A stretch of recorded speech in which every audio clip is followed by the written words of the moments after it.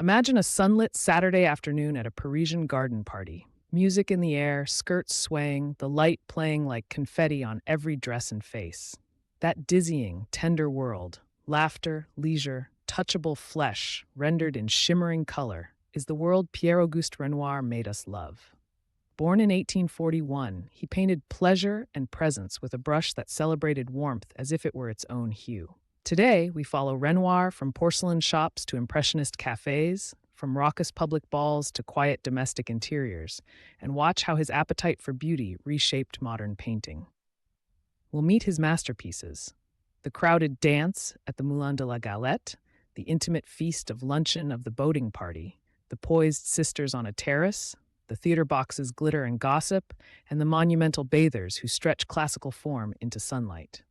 Pierre-Auguste Renoir, born 1841 in Limoges, raised in Paris, began life far from the academy. Renoir, 1841 to 1919. His family moved to Paris when he was a child. As a teenager, he apprenticed painting porcelain and decorating fans, a job that taught him how color could cling to curved white surfaces and how small, bright strokes read as form. Curious fact, the delicate enamel work on china would shape his sense of luminous skin later on. In the 1860s, he entered a modest studio where he saw the world differently, learning the discipline of drawing at the École des Beaux-Arts, and then, more importantly, rubbing shoulders with friends who would become his lifelong companions: Claude Monet, Alfred Sisley, and others who shared a radical idea: paint outdoors and let light become the subject. That friendship birthed a revolution. Renoir's signature is both light and intimacy. He painted crowds not as anonymous masses, but as collections of warm, breathing figures. Look at Danse at le Moulin de la Galette, 1876, a riot of movement and dappled sunlight where individual faces catch the eye amid the crowd. In Luncheon of the boating party, he arranges friends on a terrace into a convivial symphony of gazes and gestures. Each brushstroke both defines and dissolves, so the painting hums with life. Two Sisters on the Terrace shows his early gift for juxtaposing crisp portraiture and loose, shimmering landscape. Loge, the theater box, puts a woman in a gilded public stage and both flatters and studies the social ritual of looking. Later, The Large Bathers marks a turn toward classical mass, bodies modeled more solidly against luminous backgrounds. Across these works, Renoir used broken color, small patches of color placed side by side so the eye blends them, and avoided heavy black, preferring warm shadows made of color. That avoidance of black is a hallmark. Shadows built from blues, violets, and complementary hues produce a warm, breathing surface. There were decisive forks in Renoir's path. One was the company he kept. Monet, Sisley, and Cézanne pushed him to paint en plein air, outdoors, chasing changing light. Curiosity. At the first Impressionist exhibition in 1874, Renoir stood among artists who were laughed at and reviled. The word Impressionist itself began as insult and then became a banner.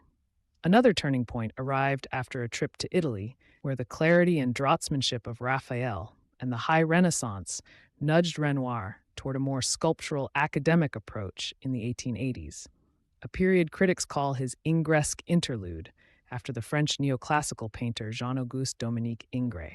Then later in life, his body turned against him. Rheumatoid arthritis crippled his hands, but not his imagination. Despite failing joints, he adapted, finding collaborators and new ways to translate his vision, a testament to how a painter's determination can rewrite limits into methods. How did Renoir get those effects? His tools were simple, but his choices were deliberate. He painted with short, tactile brushstrokes, layering broken touches of pure color so forms vibrate rather than sit inert. Definition: impasto, the thick application of paint, appears in parts of his work to catch light physically, while in other areas he scumbled thin layers so edges glow. He often avoided using pure black, building shadows from complementary tones to keep the picture breathing. Renoir loved warm flesh tones, and he learned to model the human body through color harmonies rather than heavy chiaroscuro. He worked on canvas and on smaller supports, sometimes finishing outdoors to capture a fleeting temperature of light, and later in the studio to refine a face or refine a composition. Curiosity. His porcelain apprenticeship taught him to respect white as a luminous ground. He used the canvas's light like a partner in the painting. Renoir returned again and again to a handful of subjects: convivial company, women and children, dancers, bathers, music, and domestic repose. There's a moral economy to these themes. He celebrates ordinary pleasure as if it were sacred. The bather, repeated over decades, is both an exercise in classical form and an exploration of skin in sunlight. Portraits like Madame Charpentier and her children and portrait of Madame Henriot reveal his dual life as both society portraitist and intimate recorder of family warmth. Gabrielle Renoir, a nanny and model, recurs in his work as muse and anchor, a quiet engine of domestic tenderness. Curiosity. Renoir loved repetition, painting the same sitter or motif many times because each iteration revealed a new slant of light or a new social nuance. Renoir's reception was never simple. Early on, critics scorned the Impressionists for unfinished brushwork and for painting everyday life instead of grand history. Yet his portraits and commissioned work won him powerful patrons. Madame Charpentier's endorsement, for example, opened doors. By the 1880s, some conservatives accused him of softness, while some avant-garde artists criticized his later classical turn as a retreat. After his death, mid-20th century critics reassessed him, recognizing how his pursuit of beauty was not mere prettiness, but a rigorous investigation into light, color, and the human face. Curiosity. Despite his reputation for gaiety, Renoir's studio could be exacting and obsessive. He painted and repainted faces obsessively, seeking an almost musical cadence of tone. Renoir reshaped how modern art treated the human body and social life. His emphasis on color as form influenced generations, from neo-impressionists who dissected light to later painters who studied his sensual surfaces.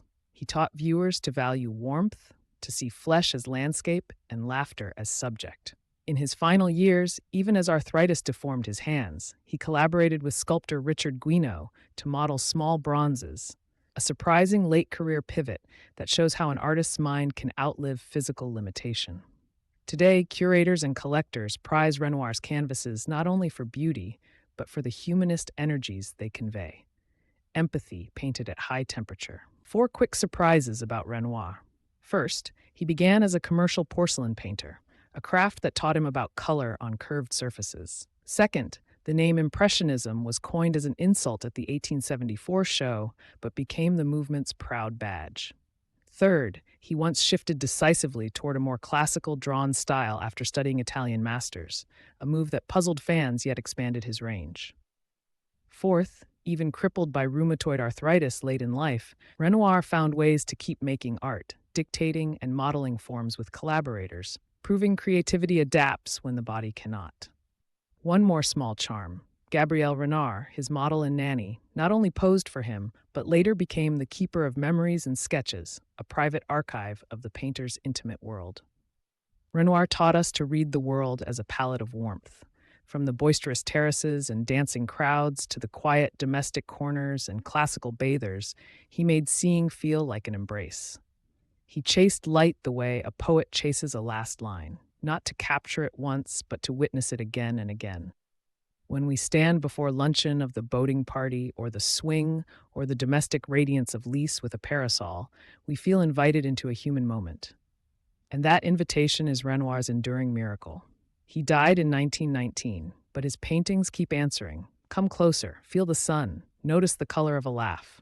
That is why Renoir still matters. He recovers for us the simple, stubborn beauty of being alive.